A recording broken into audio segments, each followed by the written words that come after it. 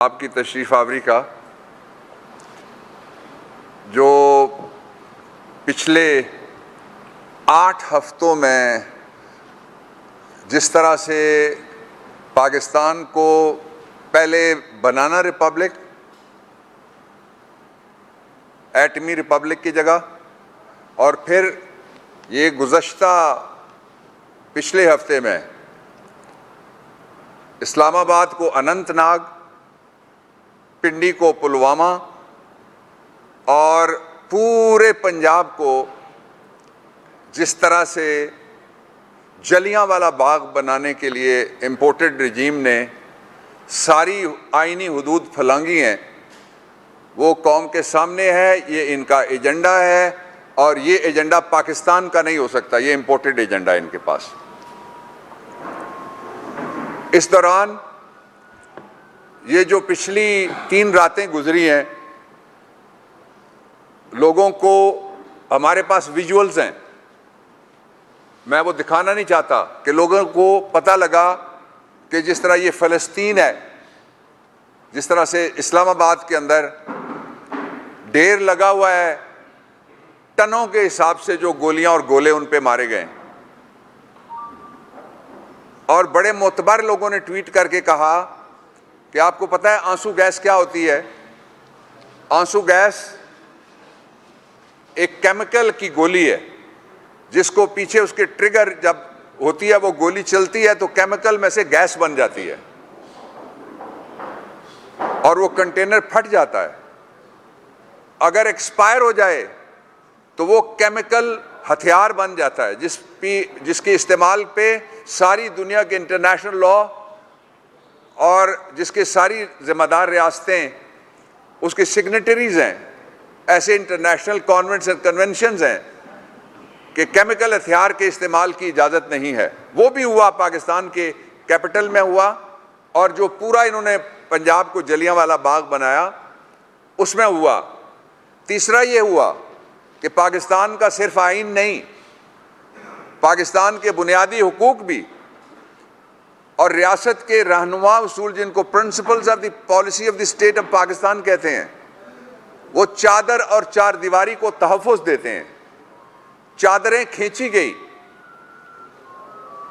चार दीवारी टापी गई, प्राइवेसी ऑफ द होम और चिल्ड्रन, इफ़्फ़त माब, बच्चियां, ख़वातीन, बच्चे, उनको एहसास दिलाया गया कि आप पे एक इम्पोर्टेड हुक्मरान आ गया है। किसी ज़माने में हमारी पैदाइश से पहले और आज़ादी से पहले ये फरंगी राज में ऐसा हुआ, और पाकिस्तान में अगर कोई आइन था तो उसको पामाल किया गया। फिर तीसरा काम क्या हुआ? बेरहमी से हजारों लोग जख्मी किए गए, लातादाद गुमशुदा अफराद हैं। मैंने कल लाहौर हाई कोर्ट के जस्टिस नईम साहब की कोर्ट में लिस्ट दी है बाकायदा, जिसमें सिर्फ पोटवार के एक थाने रवात जो डिस्ट्रिक्ट रावलपिंडी में है, उसके 6 गुमशुदा बच्चे हैं, नौजवान लड़के जिनका कोई अता पता नहीं है। ये वो सूरत हाल थी जिसके अंदर ये कहा गया कि 20 आदमी आएंगे और अगर हम ब्लॉकेट्स लगाएं, पूरे पाकिस्तान का मुहासरा करें, तो फिर उसमें से इमरान साहब के साथ सिर्फ 10 आएंगे, घर से ही कोई नहीं निकलेगा। 22 करोड़ लोगों को हिरासत में लिया गया। पाकिस्तान को, किसी जमाने में पाकिस्तान में छोटी जेल होती थी, अडयाला हो गई, कोट लखपत हो गई, पूरे पाकिस्तान को बड़ी जेल में तब्दील किया गया। लेकिन इसके बावजूद लोग निकले। ये हजारों गोलियां क्या 20 लोगों पे चली हैं? ये लाखों लाठियां कोई नहीं निकला इसलिए चलाई गई हैं। इनकी लीडर मरियम ने जो इनको झूठ सिखाया है, उसका बुनियादी सबक यह है कि रज के बोलो। लेकिन कौम जाग रही थी। मैं सबसे पहले जो हकीकी आज़ादी मार्च के शुहदा हैं उनको सलाम पेश करना चाहता हूँ, जो ज़ख्मी हैं उनको खराज तहसीन पेश करना चाहता हूँ। टारगेट करके उमर अयूब, जिसके वालिद स्पीकर रहे, मिनिस्टर रहे, जिसके दादा पाकिस्तान के कमांडर इन चीफ रहे, फील्ड मार्शल रहे, सदर रहे, उनके जो ज़ाहिरी ज़ख्म है उनके बदन के ऊपर, वो 31 या 32 हैं। और हमाद अजहर को, उनको हेड इंजरी भी आई, उमर अयूब साहब को, हमाद अजहर को फोरहेड पे जख्मी किया गया। और मंगला के पुल के ऊपर फवाद को घेर के रखा गया कई घंटे। शेलिंग बेपनाह गोलियां मारी गई कराची में, सारी कौम ने देखा।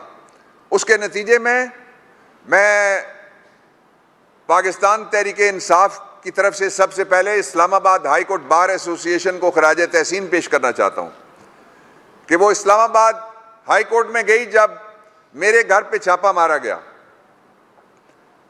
और फिर वो गई सुप्रीम कोर्ट ऑफ पाकिस्तान में, उसके सेक्रेटरी मिस्टर राजपूत यहां गए और बाकी ओहदेदार, और इस्लामाबाद बार काउंसिल के जो वाइस चेयरमैन है अलीम अब्बासी, वो भी जाके हाई कोर्ट में चीफ जस्टिस साहब के पास पेश हुए।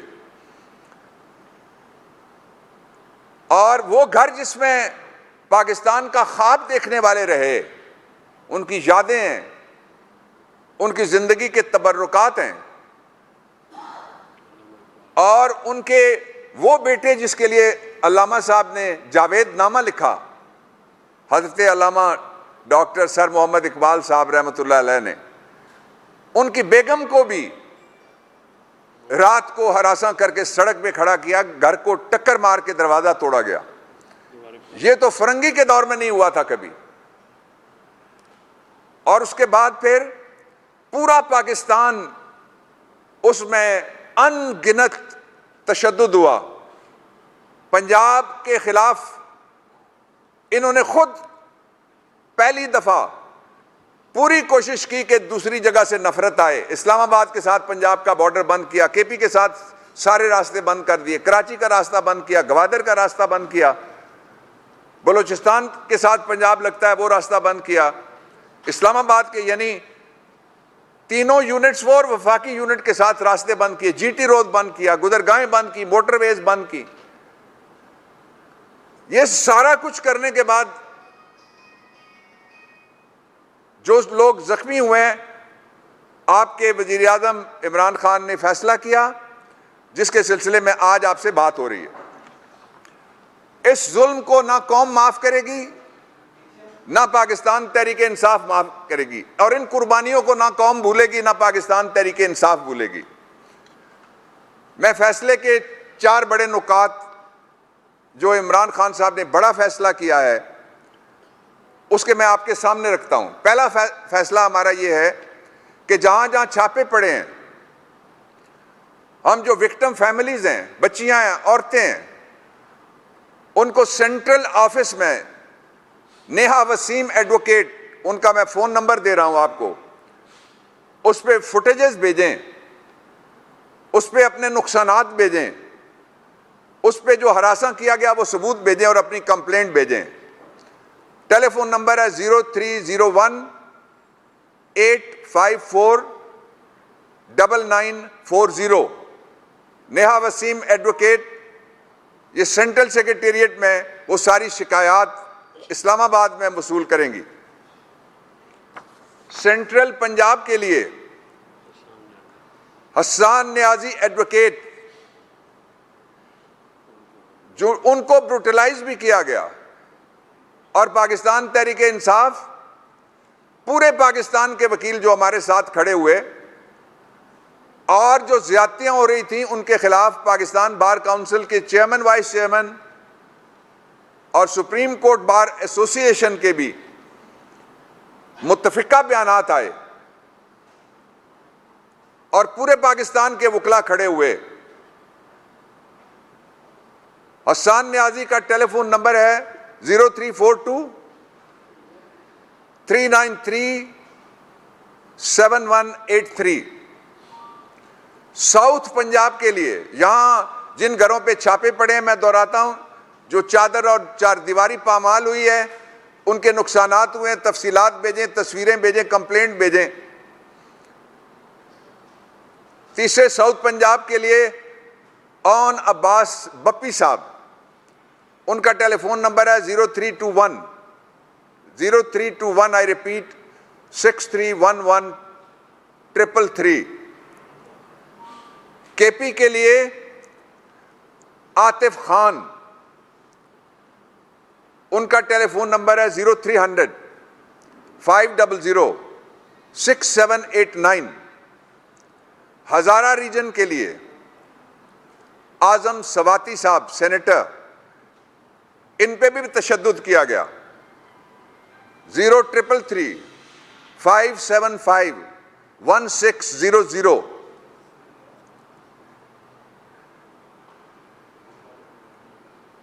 कराची जाने से पहले नॉर्थ पंजाब के नईमुल हसन आवान एडवोकेट हैं। 0300 5164 042 उनका नंबर है। और जो 0300 516 4042 आई रिपीट। इंटीरियर सिंध के लिए जस्टिस रिटायर्ड नूरुल हक एन कुरैशी और कराची के लिए अलीम आदल शेख साहब, इनके पास भेजें। उसके साथ ही जो हमारे सूबाई सुदूर हैं, ILF के भी और पाकिस्तान तहरीके इंसाफ के भी, उनके दफातर और उनके नंबरों से राब्ता करें।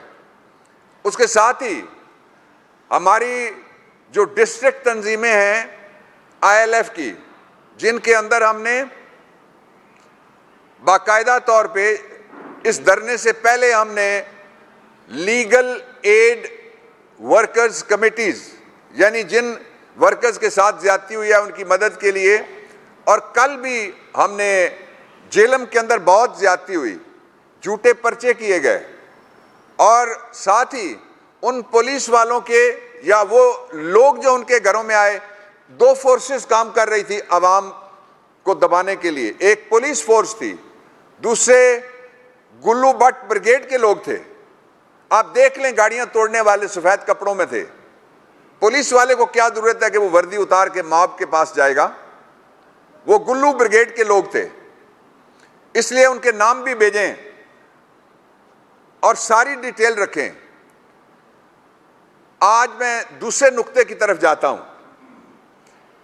दूसरा नुक्ता यह है कि पाकिस्तान तहरीके इंसाफ की बजाय सुप्रीम कोर्ट ऑफ पाकिस्तान में गए Islamabad high court bar association के सदर शुएब साहब, मैं नाम ले चुका हूं, उस पे सुप्रीम कोर्ट ऑफ पाकिस्तान ने रूल ऑफ लॉ के लिए, आईन की बालादस्ती के लिए और इंसानी हुकूक को प्रोटेक्ट करने के लिए उसको फिक्स किया। हेयरिंग के दौरान जब यह बात आई कि पाकिस्तान तहरीके इंसाफ पुरअमन रहेगी, तो हमारा मौक़िफ़ और हमारा तर्ज अमल आप जानते हैं, पूरी कौम के सामने है। वहां सरकारी मौक़िफ़ ये आया कि हमने 33 जलसे किए हैं, जो फैक्ट है 32-33 बड़े जलसे जो पाकिस्तान की तारीख में कभी नहीं हुए। एक जगह भी कोई गड़बड़ नहीं हुई, एक जगह भी कुछ नहीं हुआ, कोई तोड़फोड़ नहीं हुई। इस डिसिप्लिन का मुजाहरा जो पाकिस्तान की सबसे बड़ी अवामी तहरीक है 1947 के बाद, हकीकी आज़ादी मार्च, उस तहरीक में जो लोगों ने जिस तरीके से डिसिप्लिन का मुजाहरा किया, वो डिसिप्लिन इससे पहले देखा गया ना और कोई दिखा सकता है। सिर्फ उस डिसिप्लिन को उस वक्त तोड़ा गया जब दो फोर्सेस, पुलिस फोर्स के वो मुलाजिम, लाहौर का एक पुलिस वाला सियासी जमात का रुकन बन चुका है, तहरीक इंसाफ उसके इस्तीफे का मुतालबा करती है, उसके खिलाफ जाएंगे। एक इंपोर्टेड वजीर आजम का जो सेक्रेटरी है, उसके बारे में सुप्रीम कोर्ट ऑफ पाकिस्तान के एक इंतहाई फाजिल जज साहब जस्टिस काजी फायज ईसा साहब उस कमीशन के सरबराह थे। जस्टिस मुशीर आलम साहब उस कमीशन में खुद मौजूद थे। इस्लामाबाद के हाई कोर्ट के चीफ जस्टिस उस वक्त के वो भी मौजूद थे। उस कमीशन ने उसके बारे में ये फैसला दिया हुआ है कि इसको किसी सरकारी इंपॉर्टेंट या सेंसिटिव ओहदे पे नहीं लगाया जाएगा, लेकिन उसको इंटरनली क्लीन चिट दी गई है। इसके नोटिस का भी हम मुतालबा करते हैं। और जिनके क्रिमिनल रिकॉर्ड हैं, लोग कहते हैं कि साउथ ईस्ट एशिया में 2 मिसालें हैं। पहली चाइना की है, जो करप्शन करेगा उसे सजाए मौत मिलेगी। दूसरी पाकिस्तान की है, जो करप्शन करेगा उसको वजारत मिलेगी। ज्यादा करप्शन जब करता है तो वो सीएम हो जाता है, उससे भी ज्यादा करप्शन करता है तो वो पीएम हो जाता है। ये एक शर्मिंदगी है। पाकिस्तान जो 5वीं एटमी रियासत है, उसके माथे के ऊपर दाग लगाने की कोशिश है ये इंपोर्टेड रजीम की तरफ से। अगली मैं बात ये कहना चाहता हूं आपके सामने कि जो फैसला किया पाकिस्तान के वजीर आजम ने, उसको जरा 3 पहलुओं से देखे सारी कौम और सारा मीडिया। पहला पहलू यह था कि इमरान खान का कोई जाती मुफाद, कोई जाती झगड़ा किसी के साथ नहीं है। मिलियंस के एतबार से जो लोग निकले और फोर्स मल्टीप्लायर का फार्मूला आप लगाएं, पूरा पाकिस्तान बंद कर दिया, करोड़ों में बनते हैं। उनमें से कोई एक शख्स भी हमारा, अगरचे वो इंतखाबी निशान है, बल्ले से भी उसके हाथ में नहीं था कुछ जिसको हथियार करार दिया जा सके। तो वो अमन चाहते हैं। वो जो 3.5 साल की मेहनत थी, इन्होंने उड़ा के रख दी। एक रात को, रात के शहबाज ने पाकिस्तान की कौम के ऊपर टनों के हिसाब से आंसू गैस के गोले बरसाए, और दूसरी रात को रात के शहबाज ने पाकिस्तान के अवाम के ऊपर 30 रुपए पर लीटर इजाफे के साथ, मट्टी का तेल मत भूलना, गरीबों के इस्तेमाल की चीज है, डीजल मत भूलना, पता नहीं कौन सा डीजल आप समझ के हंस रहे हैं, पेट्रोल भी 30 रुपए। क्या कसूर था इमरान खान का और उसकी हुकूमत का और उसकी इकोनॉमिक टीम का? वो कसूर मैं बता देता हूं। 35 रुपए हमें इंटरनेशनल मार्केट से पर लीटर सस्ता, 35% सस्ता रशिया से वो तेल लेने के लिए चला गया था। रशिया से वो सस्ती गंदम लेने के लिए चला गया था। आप इंडिया की करेंसी की कीमत निकाल लें, 25 रुपए उन्होंने कम किए। दुख होता है ये बताते हुए, लेकिन कहते हैं ना, बात तो सच है, मगर बात है इंपोर्टेड की रुसवाई की। इसलिए कहना पड़ेगी कि वहां उनके 25 रुपए जो सस्ता किया, वो 50 रुपए से ज्यादा बनते हैं पाकिस्तानी रुपए में, और यहां पाकिस्तान की कौम के ऊपर बम गिराया गया। मैं खराज तहसीन पेश करना चाहता हूं जो हमारी सेंट्रल लीगल टीम है उसको, और फैसल चौधरी ने बड़ी जुर्रत के साथ दिन रात उन्होंने काम किया। पाकिस्तान तहरीक इंसाफ के कारकुनों और ख़ास तौर पे जो ख़वातीन ने जिस जुर्रत का मुजाहरा किया, पहला जो रास्ता खुला वो ख़वातीन वहाँ कफन पहन के रास्ता खोलने के लिए गई। कोई माँ मासूम बच्चा लेके आंसू गैस के शल्लों की बारिश के अंदर बाहर नहीं निकल सकती। ये पाकिस्तान की नई तारीख लिखी गई है। ये उस तारीख के नए सितारे हैं जो सामने आए हैं। पाकिस्तान की जब भी पॉलिटिकल हिस्ट्री और नेशनल हिस्ट्री लिखेगी तो इनका नाम आएगा। और इसके साथ ही मैं ये कहना चाहता हूं कि जो नुकसानात हुए हैं वो सारे के सारे, मैं एक मिसाल आपको देता हूं। हमारी लीडरशिप के खिलाफ पर्चा हुआ है जिसमें 186 ताज़ीरात पाकिस्तान लगाया गया है। वो अदालत की इजाज़त के बगैर FIR नहीं हो सकती, इसलिए गैर कानूनी और गैर आइनी FIR है, जिसमें इमरान खान, असद उमर, इमरान इस्माइल और बेशुमार दूसरे जो लोग थे उनको लगाया गया है। इसके साथ ही जो 2 लोगों का मैं नाम लेना चाहता हूं, एक है मुबशर जैदी साहब, मुझे याद पड़ता है किसी कॉलेज के ज़माने में इस्लामाबाद में होते थे। उन्होंने लिखा है कि I challenge ICT police to show, कि मैं चैलेंज करता हूं, ये उनका ट्विटर अकाउंट है, कहीं इसके बाद हैक ना हो जाए।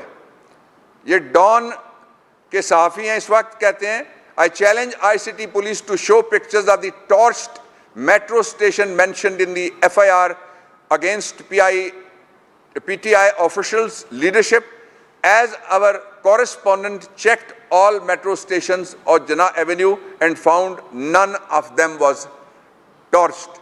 मैं यहाँ जो इन्वेस्टिगेटिव रिपोर्ट लगाई थी, नादर गुरमानी है, उनका भी मैं जिक्र करना चाहता हूँ, वो भी रिपोर्टर हैं, और दूसरे प्राइवेट फुटेजेस की लाइन लगी हुई है। ये हमेशा इनकी आदत रही है, थैंक यू फैसल जी, इनकी आदत रही है कि ये जब इक्तदार से बाहर होते हैं तो चेरी ब्लॉसम, इक्तदार में आने के लिए डबल चेरी ब्लॉसम, इक्तदार में आने के बाद पायदान से इनका हाथ गरीबान पे पहुंच जाता है। इनको कोई शर्म करनी चाहिए, हया करनी चाहिए, माओ बहनों से माफ़ी मांगनी चाहिए, उनके घरों के सामने जाके इनको खड़े होकर रोना चाहिए। जब अपनी बात आती है तो जिन अपनों के जनाजे पढ़ने के लिए ये खुद भी नहीं आते थे, उसका भी जिम्मा ये किसी न किसी पीछे गुजरी हुई हुकूमत पे लगाते हैं। इस वक्त इनका कंपैरिजन अगर आप करेंगे तो एक चीज की सिर्फ इंपोर्टेड रजीम में कमी है, वो है इंसानों से इंसानियत वाला सलूक करने के जज्बे की कमी। ये कमी है, आयोडीन समेत बाकी तो कुछ है ही नहीं, इसलिए ये जल जा रहे हैं। गया इंपोर्टेड, गई ये रजीम। इमरान खान के दिए हुए टाइम फ्रेम के अंदर इंशाल्लाह इलेक्शन होगा, और बाकी उन्होंने खुद कहा हुआ है कि फिर क्या होगा, इसलिए उस पर मैं नहीं जाना चाहता। दूसरा ये है, क्लिप निकाल के दिखाइए कौम को। ये सब कहते थे पाकिस्तान के लिए इलेक्शन के अलावा कोई रास्ता नहीं है, अब इलेक्शन दो पाकिस्तान को। और तीसरी और आखिरी बात, फिर मैं फैसल साहब से कहूँगा वो बात करें, वो ये है कि इस वक्त जिन लोगों के खिलाफ मुकदमात कायम किए जा रहे हैं, सुप्रीम कोर्ट ने अपनी जजमेंट में लिखा है FIR कौन सी चलेगी, हेनियस क्राइम, यानी इंतहाई इंसानियत सोज सलूक। Thank you very much. Doctor साहब ने has comprehensively completed, so nothing for me to speak up. हम इसमें जो भी कानूनी कार्रवाई इन पर्चों पे 2014 में भी झूठे पर्चे किए गए, सारी लीडरशिप एक्विट हो चुकी है। चार दीवारी का जो भी हमारे पास एविडेंस आ गए हैं, उन एविडेंसेस की बुनियाद पे जो भी लीगल रेमेडी हमारे पास अवेलेबल है पाकिस्तान के आइन और कानून के तहत, वो ली जाएगी, पर्चे भी कराए जाएंगे, और जो पुलिस ऑफिसरान जो हैं वो उसमें मुलव्वस हैं। तमाम कारकुनान का तहफ़्फ़ुज़ ILF और हमारी लीगल टीम्स करती रही हैं, आगे भी करेंगी, और इंशाल्लाह अदालतों से ही हमें इंसाफ की तवक्को है। हम अदालतों में जाते रहेंगे, और ये जो दहशतगर्दी और एक इस्तेमारी कुव्वतें जो है कर रही हैं, इसका हम कानून के मुताबिक मुकाबला करेंगे। Thank you very much for all of you to come and here. Thank you very much.